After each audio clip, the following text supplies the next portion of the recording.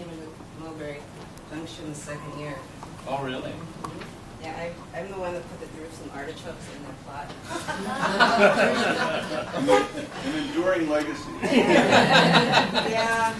Yeah, I'm sure they're there to this day. Oh, yeah. Yeah, well, what won't be? Okay. So, my name is Ann Wheeler. I own Native Landscaping, working with native plants for, maybe 14, 15 years.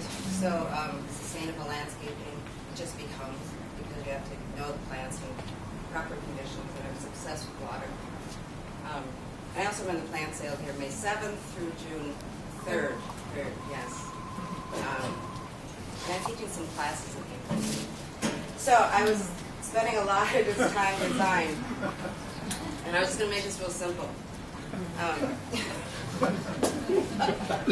Because whenever I talk about these concepts, I look at, that blank look people get, and you're like, but it's here, and then it goes on over here, and I could do the whole thing, but people end up asking me questions.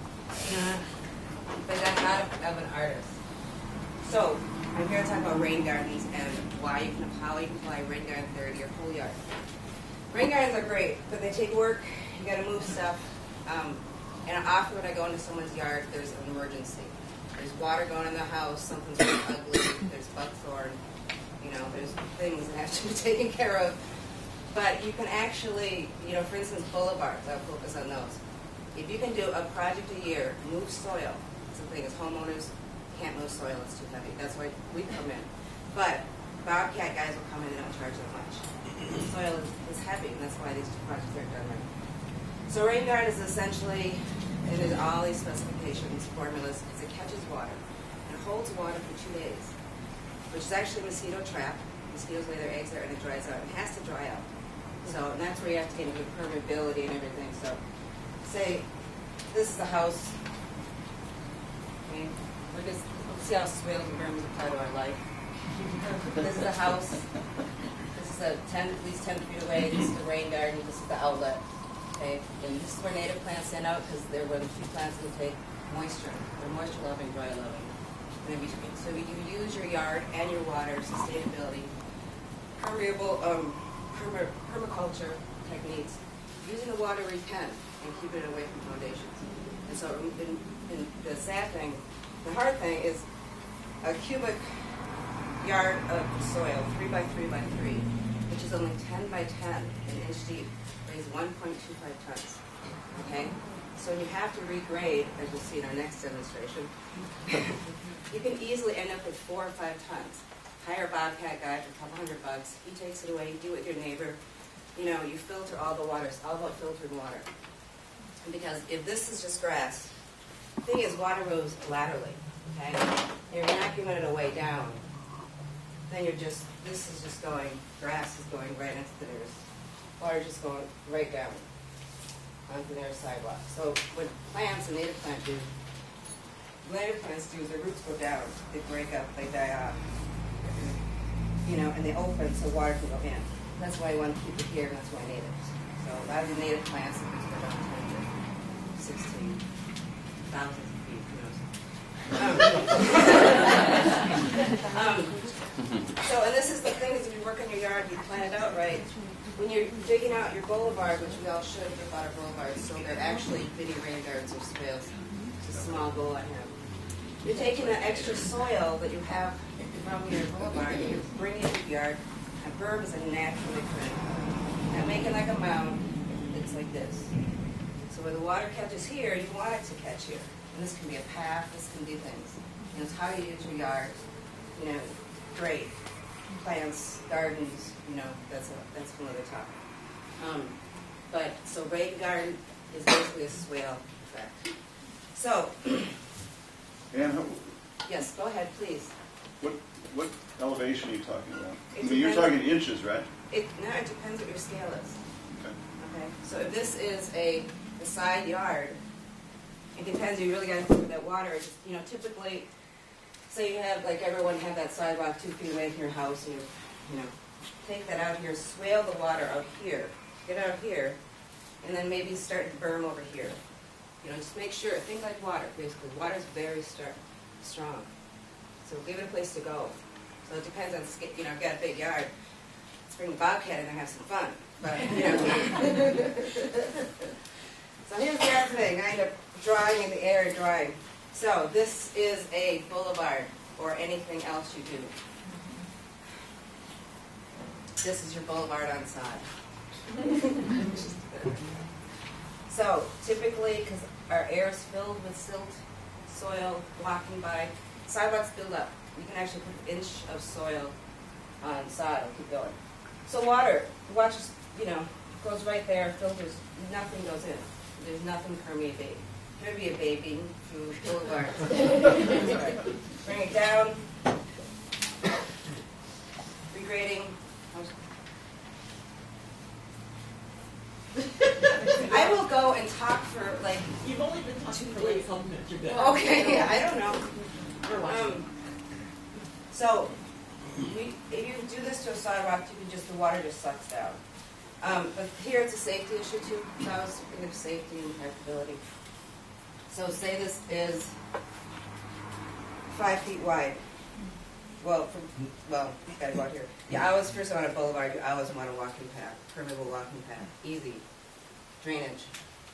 Because people don't want to step on plants. So see this is the end of the walking path. So you actually dig down. This mulch is like 2 or 3 inches deep, and you have a gradual slope. Remember the swale?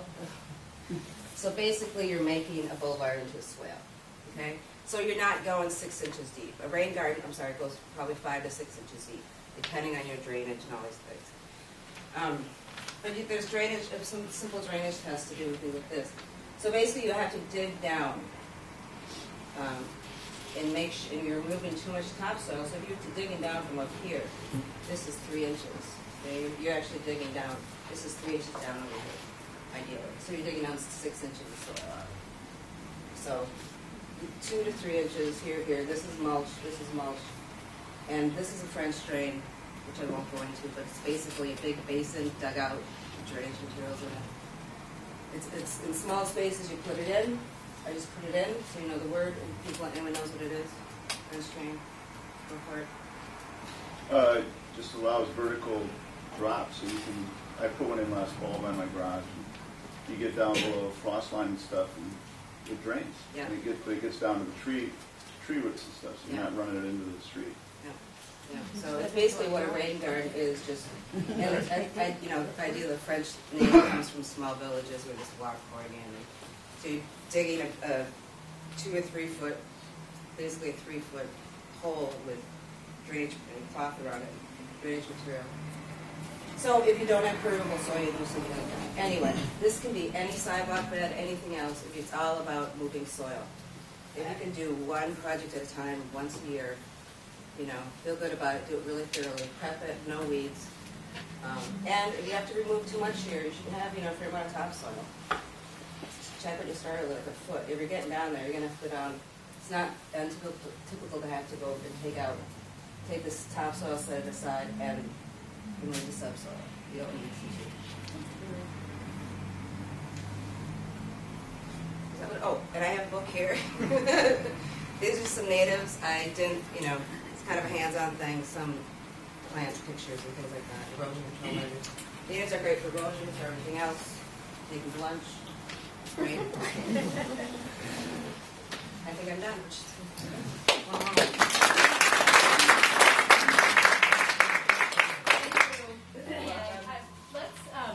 Let's do just. I just think it's really nice for people to know who's here in the room. So should we take a minute and just go around and say who you are and if any garden affiliation or interest that you have. We have to do it. We can start with George. I'm George Fisher. I'm president of the board here at the co-op, and I don't have any gardening experience. I don't have a garden, but I feel guilty about that.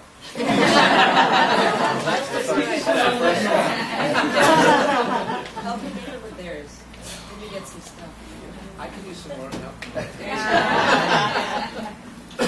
I'm Nina Johnson. I actually work with the board as a consultant, and I also am on the board of directors at Mississippi Market in St. Paul. So I came over here from there this morning, and I have a very small yard, and am looking for garden space near my house. So I know you all can't help me with that, but that's my gardening. I'm Diane, I don't have a home garden, but I hope to change that. I'm Peter Dowdy. I'm involved in a community garden, involved in a yard garden, and I have a couple of, with Margo here, I have a couple of rain gardens in front of my house. My name's Margot. Our community garden is called Alley Cat Garden, and we started it pretty much last year. And it's up by the golf course near there. There's a triangle in the alley between Van Buren and Architect. I'm Isaac Peters, and I have a yard garden and a garden at the Shorehand Community Garden. Hi, I'm Glenn Desjardins. I'm with Friends of Northeast Library. As many of you know, the library's opening up in a few weeks. Saturday, April 2nd. And I have a sign-up sheet and little posters if anyone's interested in learning about the library, and you can contact me afterwards.